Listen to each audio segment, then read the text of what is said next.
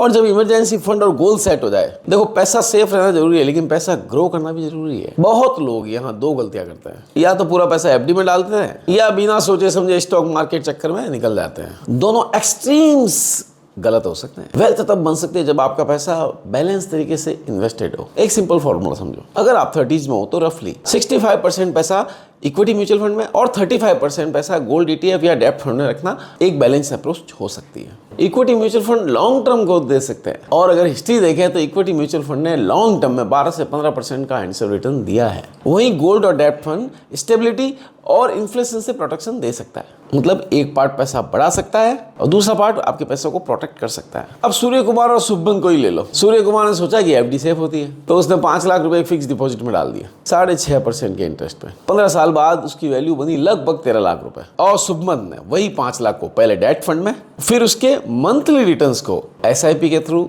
Equity mutual fund में investment करना start किया, जो कि ऑलमोस्ट 3,000 रुपए महीने के हिसाब से 15 साल तक किया और 15% की एवरेज CAGR रेटिंग के साथ। तो शुभमन की SIP का कॉर्पस बना लगभग 20 लाख रुपए के आसपास। और हाँ, 5 लाख रुपए का जो प्रिंसिपल अमाउंट था वो भी कंपैरेटिवली सेफ जगह पे था, यानी टोटल वैल्यू बनी करीब 25 लाख रुपए से ज्यादा। और एक बात और बताऊं, अगर शुभमन ने शर्मा जी के बेटे रोहित की बात मांगकर म्यूचुअल फंड सही है, अगर ये पूरे 5 लाख रुपए इक्विटी म्यूचुअल फंड में एक साथ डाल दिए होते तो 15% के एज्यूम CAGR से 15 साल बाद उस फंड की वैल्यू एज्यूम करीब 46 लाख रुपए से ज़्यादा हो सकती थी। हाँ, अगर आप 360 वाले स्काई हो या प्रिंस शुभमन हो तो हो सकता है कि शायद आपको फर्क ना पड़े, लेकिन अगर ये वाले सूर्या और शुभमन हो तो risk to reward, patience and compounding, तीनों फंडास की इंपॉर्टेंस समझ सकते हैं। और यहाँ से क्लियर लेसन मिलता है, सेफ्टी के अलावा स्ट्रेटेजी भी इंपॉर्टेंट है। देखो, मार्केट तो कभी ऊपर कभी नीचे जाएगा, लेकिन अगर आपका एसेट मिक्स और पेशेंस दोनों सही है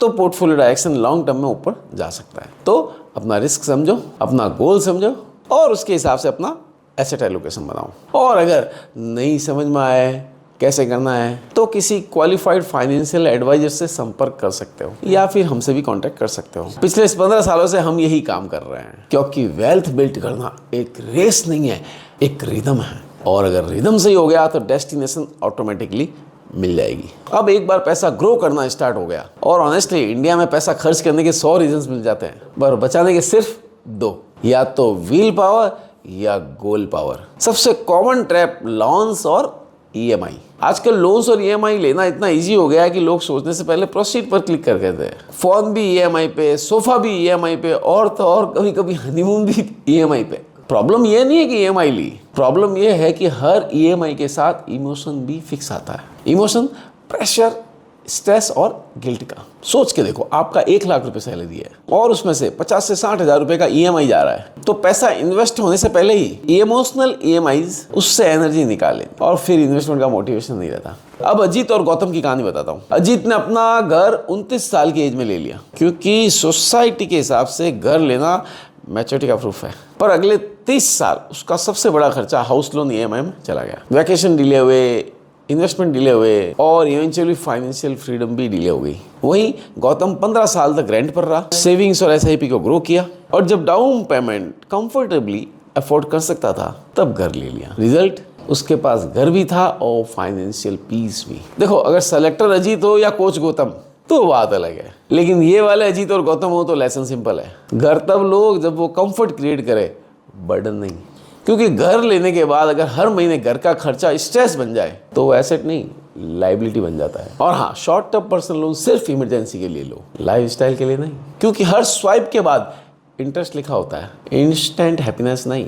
सोच समझ कर खर्च करो, क्योंकि फाइनेंशियल फ्रीडम का मतलब सिर्फ पैसा कमाना ही नहीं होता है, उसको समझकर खर्च करना भी होता है। अब चाहे फाइनेंशियल प्लान कितना भी सॉलिड हो, अगर आपका इमोशनल कंट्रोल वीक है तो पैसा कभी भी आपके कंट्रोल में नहीं आएगा। मार्केट गिरता है तो लोग पैनिक में सेल कर देते हैं और जब मार्केट बढ़ता है तब फोमो में खरीद लेते हैं, जैसा कभी आपने गोल्ड सिल्वर रश में देखा ही होगा। बस यहीं से इन्वेस्टर का लॉस स्टार्ट होता है। देखो, इन्वेस्टमेंट एक रिलेशनशिप जैसा है, अगर हर छोटी प्रॉब्लम पे ब्रेकअप करोगे तो लॉन्ग टर्म ग्रोथ कभी भी नहीं बनेगी। एक एग्जाम्पल देता हूँ। पेंडेमिक के टाइम 2020 में मार्केट क्रैश हुआ, ग्लोबली कंट्रीज ने फाइनेंशियल डाउनफॉल्स देखे, लोग पैनिक भी हुए, बहुत लोगों ने घबराकर अपने म्यूचुअल फंड विड्रॉ कर लिए। लेकिन सदैव भारत ने अपना म्यूचुअल फंड विड्रॉ नहीं किया और सिर्फ 1 साल बाद मार्केट का अपवर्ड मूवमेंट आप सभी को पता ही होगा। तो आप अगर भारत देश में रहने वाले सदैव भारत हो या कोई और, यहाँ से एक सिंपल लेसन मिल सकता है। मार्केट से ज्यादा डेंजरस इन्वेस्टर का इमोशन होता है। तो जब भी मार्केट ऊपर नीचे जाए तो अपना डिसीजन डेटा पे लो, ड्रामा पे नहीं। और याद रखो, जो इन्वेस्टमेंट आप समझते नहीं हो उसमें पैसा कभी भी मत डालो, क्योंकि पैसा तभी ही बढ़ सकता है जब आपको पता है कि वो कहाँ लगा है। And as I said earlier, नहीं पता चले तो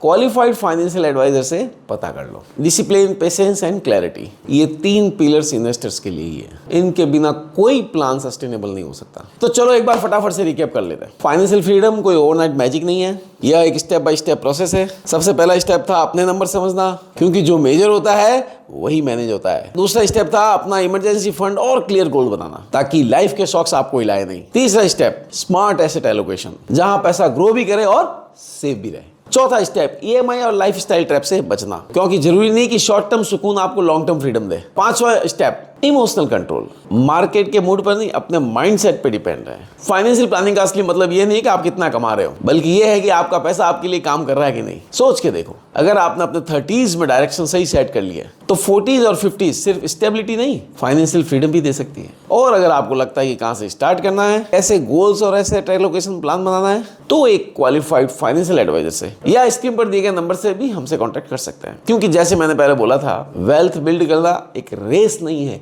रिदम है।